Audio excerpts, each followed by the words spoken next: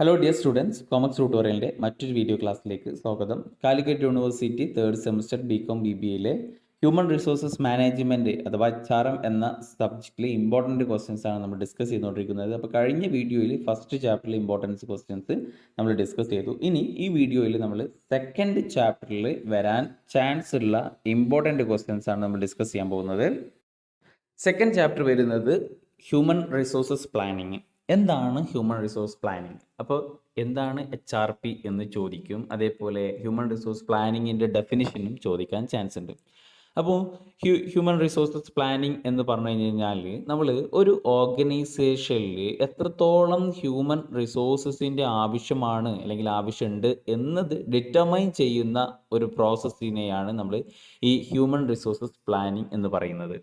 അപ്പോൾ human resources പ്ലാനിങ്ങിലൂടെ നമ്മൾ ഒരു ഓർഗനൈസേഷനിലേക്ക് എത്ര എംപ്ലോയീസ് അല്ലെങ്കിൽ എത്ര ഹ്യൂമൻ റിസോഴ്സ് ആവശ്യമാണ് എന്നുള്ളത് മനസ്സിലാക്കുന്നു. ഓക്കെ, അപ്പോൾ ഒരു കാര്യം ആദ്യം മനസ്സിലാക്കുക, ഈ സെക്കൻഡ് ചാപ്റ്ററാണ് ഏറ്റവും ഇമ്പോർട്ടൻ്റ് ആയിട്ടുള്ളൊരു ചാപ്റ്റർ. അത്യാവശ്യം നല്ല വെയിറ്റേജിനുള്ള മാർക്ക് ഈ ഒരു ചാപ്റ്ററിൽ നിന്ന് വരും. Okay, next question, what is job analysis? അതേപോലെ ജോബ് അനാലിസിസ് പ്രോസസ്സ് എന്താണ്? അപ്പോൾ ജോബ് അനാലിസിസ് എന്താണ് എന്നുള്ളത് നമ്മൾ ആദ്യം മനസ്സിലാക്കണം. ജോബ് അനാലിസിസ് എന്ന് പറയുമ്പോൾ ഒരു പർട്ടിക്കുലർ ജോബുമായി ബന്ധപ്പെട്ടിട്ടുള്ള റെസ്പോൺസിബിലിറ്റി എന്തൊക്കെയാണ്, അതേപോലെ ഡ്യൂട്ടീസ് എന്തൊക്കെയാണ് തുടങ്ങിയ ഇൻഫോർമേഷൻസ് കളക്ട് ചെയ്തിട്ട് അതിനെ ഡീറ്റെയിൽ ആയിട്ട് സ്റ്റഡി ചെയ്യുന്ന പ്രോസസ്സിനെയാണ് ജോബ് അനാലിസിസ് എന്ന് പറയുന്നത്.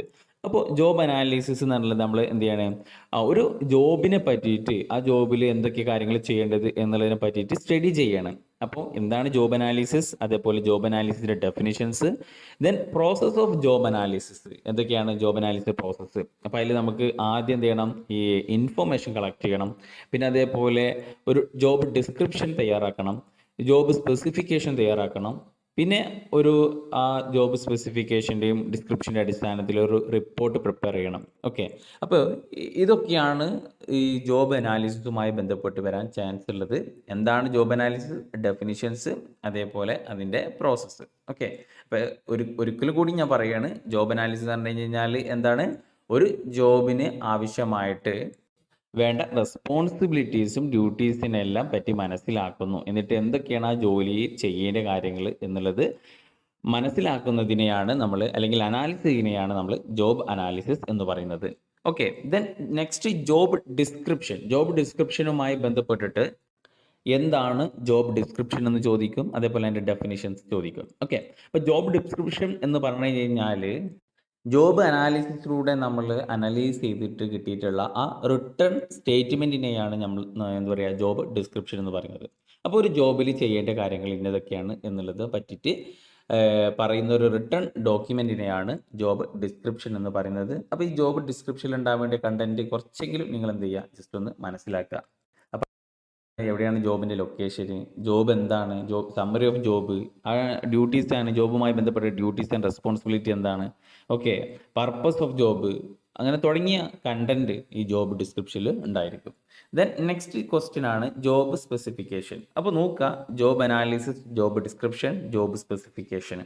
അപ്പോൾ ഈ മൂന്നിൽ ഏതെങ്കിലും ഒന്ന് ചോദിക്കും. അതേപോലെ ജോബ് ഇവാലുവേഷൻ എന്നുള്ളൊരു ടോപ്പിക് ഉണ്ട്. അപ്പോൾ ഈ ജോബുമായി ബന്ധപ്പെട്ടിട്ട് 4 എണ്ണം നിങ്ങൾ അത് അങ്ങോട്ടും ഇങ്ങോട്ടും തെറ്റാതെ കറക്റ്റായിട്ട് മനസ്സിലാക്കി പഠിക്കാം. ഓക്കെ, നെക്സ്റ്റ് ജോബ് സ്പെസിഫിക്കേഷന്. അപ്പോൾ ജോബ് സ്പെസിഫിക്കേഷൻ എന്ന് പറഞ്ഞാൽ എന്താണ്, ഒരു പർട്ടിക്കുലർ ജോബുമായി ബന്ധപ്പെട്ട് ആ ജോബ് നിർവഹിക്കാൻ ആവശ്യമായിട്ടുള്ള ക്വാളിറ്റീസ്, അതേപോലെ ക്വാളിഫിക്കേഷൻസ് എന്തൊക്കെയാണ് എന്നുള്ളതിനെ പറ്റിയിട്ടുള്ള ഒരു സ്റ്റേറ്റ്മെൻ്റാണ് ജോബ് സ്പെസിഫിക്കേഷൻ എന്നുള്ളത്. അപ്പോൾ job specification related two qualification എന്ന് മനസ്സിലാക്കുക. ഓക്കെ, അപ്പോൾ ക്വാളിറ്റിയാണ്. അപ്പോൾ എന്തൊക്കെയാണ് ആ ജോബ് സ്പെസിഫിക്കേഷനിൽ വരുന്ന കണ്ടൻറ്റുകൾ? അപ്പോൾ അതിൻ്റെ ഫിസിക്കൽ ക്യാരക്ടറിസ്റ്റിക്സ് അല്ലേ, നമ്മളിപ്പോൾ ഒരു പോലീസ് ജോബാണെന്നുണ്ടെങ്കിൽ അല്ലെങ്കിൽ യൂണിഫോം ജോബാണെങ്കിൽ അത് നമ്മൾ ഹൈറ്റ്, വെയിറ്റ് അല്ലേ, പിന്നെ കണ്ണിൻ്റെ കാഴ്ച, ഓക്കെ, അതൊക്കെ എന്താണ്, ഒരു ക്വാളിറ്റിയാണ് അല്ലെങ്കിൽ അതിൻ്റെ ക്വാളിഫിക്കേഷനാണ്. ഇതുണ്ടെങ്കിൽ മാത്രമേ ജോബിന് എടുക്കുള്ളൂ. അപ്പം അങ്ങനെ കുറച്ച് ക്വാളിഫിക്കേഷൻസും ക്വാളിറ്റീസും പറഞ്ഞിട്ടുള്ള ഒരു സ്റ്റേറ്റ്മെൻറ്റിനാണ് നമ്മൾ ജോബ് സ്പെസിഫിക്കേഷൻ എന്ന് പറയുന്നത്. ഓക്കെ, പിന്നെ അതേപോലെ റെസ്പോൺസിബിലിറ്റി, അതേപോലെ qualifications, education qualifications, personal characteristics, ഇതൊക്കെയാണ് ജോബ് സ്പെസിഫിക്കേഷനുമായി ബന്ധപ്പെട്ടതിൽ വരുന്ന content. Okay, then next job design. Job design എന്താണ്, what are the methods of job ഡിസൈന് ചോദിക്കാൻ ചാൻസ് ഉള്ളതാണ്. അപ്പോൾ ആദ്യം എന്താണ് ജോബ് ഡിസൈൻ നോക്കാം. ഒരു ജോബുമായി ബന്ധപ്പെട്ടിട്ട് എന്തൊക്കെയാണ് ഡ്യൂട്ടീസ്, റെസ്പോൺസിബിലിറ്റി എന്നത് തീരുമാനിക്കുന്ന, ഡിസൈഡ് ചെയ്യുന്ന പ്രോസസ്സിനെയാണ് ജോബ് ഡിസൈൻ എന്ന് പറയുന്നത്. അപ്പോൾ ഈ ജോബ് ഡിസൈനിൽ വരുന്ന മെത്തേഡ്സ് എന്ന് പറയുമ്പോൾ നമ്മൾ പഠിച്ചിട്ടുള്ളതാണ് എന്തൊക്കെ, ജോബ് റൊട്ടേഷന് അല്ലേ, job simplification, job enlargement, job enrichment. അപ്പോൾ ഈ ജോബ് എൻലാർജ്മെൻറ്റും ജോബ് എൻറിച്ച്മെൻറ്റും ഒക്കെ നിങ്ങൾ എന്ത് ചെയ്യുക, നിർബന്ധമായിട്ടും പഠിക്കാം. മെത്തേഡ്സ് ഇമ്പോർട്ടൻ്റ് ആണ്, പലപ്പോഴും റിപ്പീറ്റഡ് ക്വസ്റ്റ്യൻ ആണ്. ഏതൊക്കെയാണ് 4 method? Job rotation, job simplification, job enlargement, job enrichment. Okay. Then next, importance of HR planning. എന്താണ് ഈ ഹ്യൂമൻ റിസോഴ്സ് പ്ലാനിങ്ങിൻ്റെ ഇമ്പോർട്ടൻസ്? ഇപ്പം നിങ്ങൾ അറിയുന്ന കുറച്ച് പോയിന്റുകൾ എന്ത് ചെയ്യുക, ലിസ്റ്റ് ഔട്ട് ചെയ്യുക. അതിൽ വരുന്നതാണ് റിട്ടയർമെൻറ്റ് വാക്കൻസീസ് എത്രയാണ് മനസ്സിലാക്കാൻ, അതേപോലെ expansion of business, reduction in labour turnover, ലേബറിൽ ഈ ജോലിയിൽ ഇങ്ങനെ കൊഴിഞ്ഞു പോകുന്നത് ഒഴിവാക്കാൻ വേണ്ടിയിട്ട്, പിന്നെ ലേബർ കോസ്റ്റ് കുറയ്ക്കുക, ഓക്കെ, തുടങ്ങിയ കുറച്ച് ഇമ്പോർട്ടൻസ് നിങ്ങൾ എന്ത് ചെയ്യുക, പഠിക്കുക. അപ്പോൾ ഇത് ഇങ്ങനെ ഈ ഇമ്പോർട്ടൻസ് ഒന്നും ഇങ്ങനെ കാണാപ്പാടെ പഠിക്കേണ്ട ആവശ്യമില്ല. ആ ഒരു കൺസെപ്റ്റ് മനസ്സിലാക്കിയിട്ട് അതുമായി ബന്ധപ്പെട്ട് കണക്ട് ചെയ്തിട്ട് എന്ത് ചെയ്യുക, പഠിക്കുക. ഓക്കെ. പിന്നെ ഈ ഹ്യൂമൻ റിസോഴ്സ് പ്ലാനിങ്ങുമായി ബന്ധപ്പെട്ടിട്ട് ചോദിക്കാൻ ചിലപ്പോൾ ഫീച്ചേഴ്സ്, സ്കോപ്പ് അല്ലെങ്കിൽ ഒബ്ജക്റ്റീവ്സ് അതെന്ത് ചെയ്യുക, അതും ജസ്റ്റ് പഠിക്കുക. അപ്പോൾ ഈ HR പ്ലാനിങ്, ഹ്യൂമൻ റിസോഴ്സ് പ്ലാനിങ്ങുമായി ബന്ധപ്പെട്ട് കുറച്ച് പോയിന്റ് പഠിച്ചു കഴിഞ്ഞാൽ നിങ്ങൾക്ക് അതുമായി ബന്ധപ്പെട്ട് എന്ത് ചോദിക്കുകയാണെന്നുണ്ടെങ്കിലും നിങ്ങൾക്ക് എഴുതാൻ പറ്റും. പിന്നെ വരുന്നത് types of human resource planning ആണ്. ഷോർട്ട് ടേം പ്ലാനിങ് ഉണ്ട്, അതേപോലെ ലോങ് ടേം പ്ലാനിങ് ഉണ്ട്. അപ്പോൾ അത് എന്താണെന്നുള്ളത് എക്സ്പ്ലെയിൻ ചെയ്യാം. Okay. Next, process of HR planning. HR പ്ലാനിങ്ങിൻ്റെ പ്രോസസ്സ് എന്താണ്? അപ്പോൾ നമ്മൾ ആദ്യം എത്രത്തോളം മാൻ പവേഴ്സ് ഉണ്ട് എന്നുള്ളത് നമ്മൾ ആദ്യം എന്ത് ചെയ്യുക, മനസ്സിലാക്കുക. പിന്നെ ഇനി എത്രത്തോളം മാൻ പവേഴ്സിൻ്റെ ആവശ്യമുണ്ട് എന്നുള്ളത് മനസ്സിലാക്കുക. ഓക്കെ. അപ്പോൾ preparation of man power inventory, then preparation of man power needs, preparation of man power chart, പിന്നെ preparation of man power planning, employment programme. Okay. ഇതാണ് ഈ HR പ്ലാനിങ്ങിൻ്റെ പ്രോസസ്സിൽ വരുന്ന 5 സ്റ്റെപ്പ്. അപ്പോൾ അതെന്ത് ചെയ്യുക, ജസ്റ്റ് ഒന്ന് നോക്കാം. നെക്സ്റ്റ് ടോപ്പിക്കാണ് ഈ ജോബ് ഇവാലുവേഷന്. അപ്പോൾ ജോബ് ഇവാലുവേഷനുമായി ബന്ധപ്പെട്ടിട്ട് ജോബ് ഇവാലുവേഷൻ്റെ മെത്തേഡ്സ് ഏതൊക്കെയാണ്, ടെക്നിക്സ് ഏതൊക്കെയാണെന്നുള്ളത് കൂടി ഇങ്ങനെ നോക്കാം. അപ്പോൾ HR പ്ലാനിങ്ങിൽ തന്നെ ആ ഒരു ചാപ്റ്ററിൽ തന്നെയാണ് റിക്രൂട്ട്മെൻറ്റ് എന്നുള്ള ടോപ്പിക്ക് വരുന്നത്. റിക്രൂട്ട്മെൻറ്റ് എന്താണ് നമുക്കറിയാണ് അല്ലേ, ഒരു ജോബിന് ആവശ്യമായിട്ടുള്ള അല്ലെങ്കിൽ ജോബ് ചെയ്യാൻ ആവശ്യമായിട്ടുള്ള എംപ്ലോയീസിനെ സെർച്ച് ചെയ്യുന്നതിനെയാണ് എന്ത് പറയുന്നത്, റിക്രൂട്ട്മെൻറ്റ് എന്ന് പറയുന്നത്. അപ്പോൾ recruitment is the process of searching for the appropriate employees to perform a particular job. Okay. ഒരു ജോബ് ചെയ്യാൻ ആവശ്യമായിട്ടുള്ള എംപ്ലോയീസിനെ സെർച്ച് ചെയ്യുന്ന പ്രോസസ്സിനെയാണ് റിക്രൂട്ട്മെൻറ്റ് എന്ന് പറയുന്നത്. അപ്പോൾ നമ്മൾ റിക്രൂട്ട്മെൻറ്റിലൂടെ ഒരുപാട് ആൾക്കാർ എന്ത് ചെയ്യുന്നു, നമ്മൾ ആദ്യം സെർച്ച് ചെയ്യുന്നു. സെർച്ച് ചെയ്താൽ മാത്രം പോരാ, അവരെ ആ ഒരു ജോബിന് വേണ്ടിയിട്ട് അപ്ലൈ ചെയ്യാനും വേണ്ടിയിട്ട് പ്രേരിപ്പിക്കുന്നു. ഓക്കെ. അപ്പോൾ അതിനെയാണ് നമ്മൾ റിക്രൂട്ട്മെൻറ്റ് എന്ന് പറയുന്നത്. അപ്പോൾ റിക്രൂട്ട്മെൻറ്റുമായി ബന്ധപ്പെട്ടിട്ട് എന്തൊക്കെയാണ് ഫാക്ടേഴ്സ് എഫക്റ്റിംഗ് റിക്രൂട്ട്മെൻറ്റ്. അപ്പോൾ ഫാക്ടേഴ്സ് എഫക്റ്റിംഗിൽ തന്നെ ഇൻറ്റേർണൽ ഫാക്ടേഴ്സ് ഉണ്ട്, എക്സ്റ്റേണൽ ഫാക്ടേഴ്സ് ഉണ്ട്. അപ്പോൾ അത് രണ്ടും ക്ലാസിഫൈ ചെയ്തിട്ട് പഠിക്കുക.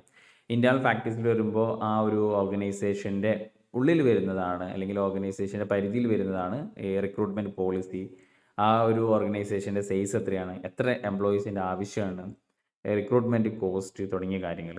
പിന്നെ എക്സ്റ്റേണൽ ഫാക്ടേഴ്സ് എന്ന് പറയുമ്പോൾ നമ്മൾ ഈ അൺഎംപ്ലോയ്മെൻറ്റ്, ഓക്കെ, അൺഎംപ്ലോയ്മെൻറ്റ് പ്രോബ്ലം ഉണ്ടെങ്കിൽ അല്ലെങ്കിൽ ജോലി കിട്ടാത്തതാണെങ്കിൽ അങ്ങനെ ഒരു ജോലിക്കാണെങ്കിൽ ഒരുപാട് ആൾക്കാർ എന്ത് ചെയ്യും, ആ ഒരു പർട്ടിക്കുലർ ജോബിന് വേണ്ടി അപ്ലൈ ചെയ്യും. പിന്നെ government policy, labour market, demand and supply of labours, ഇതൊക്കെയാണ് എക്സ്റ്റേണൽ ഫാക്ടേഴ്സിൽ വരുന്ന പോയിന്റ്. അപ്പോൾ അതെന്ത് ചെയ്യാം, നിങ്ങൾ പഠിക്കാം. ഓക്കെ.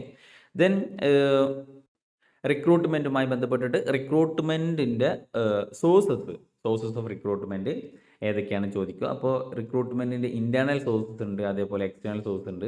ഇൻറ്റേർണൽ സോഴ്സിൽ വരുന്നതാണ് ട്രാൻസ്ഫർ, പ്രൊമോഷന്, ഡിമോഷന്, ഓക്കെ, അതൊക്കെയാണ് ഇൻറ്റേർണൽ സോഴ്സസിൽ വരുന്നത്. ദെൻ എക്സ്റ്റേണൽ സോഴ്സസിൽ വരുമ്പോൾ നമ്മൾ പഠിച്ചിട്ടുള്ളതാണ്, എക്സാമിന് പലപ്പോഴും റിപ്പീറ്റഡ് ആയിട്ട് വന്നിട്ടുള്ള ക്വസ്റ്റ്യൻ ആണ്.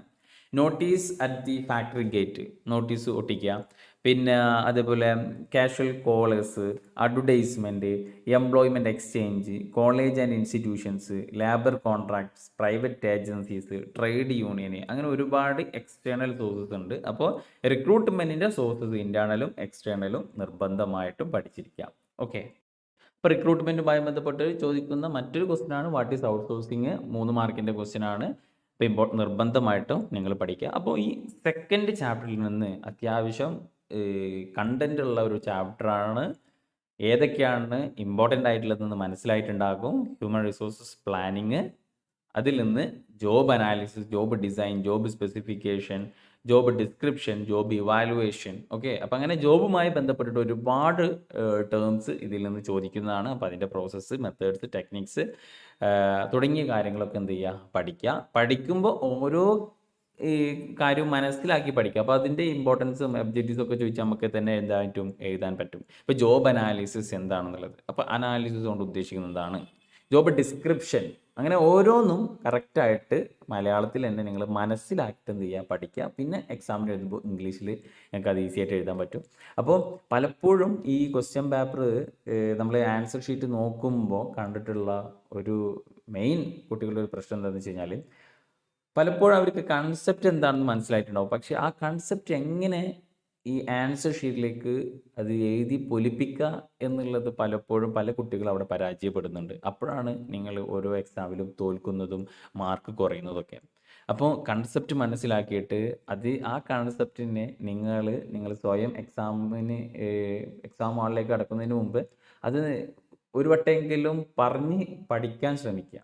ഓക്കെ. എങ്കിൽ നിങ്ങൾക്ക് എക്സാമിൽ നന്നായിട്ട് എഴുതാൻ പറ്റും. ഓക്കെ. അപ്പോൾ ഇതാണ് നമ്മൾ സെക്കൻഡ് മൊഡ്യൂളിൽ കവർ ചെയ്ത ഇമ്പോർട്ടൻ്റ് ആയിട്ടുള്ള ക്വസ്റ്റ്യൻസ്. അപ്പോൾ നെക്സ്റ്റ് വീഡിയോയിൽ നമ്മൾ third chapter important questions discuss ചെയ്യും. Thank you for watching. Will see next video.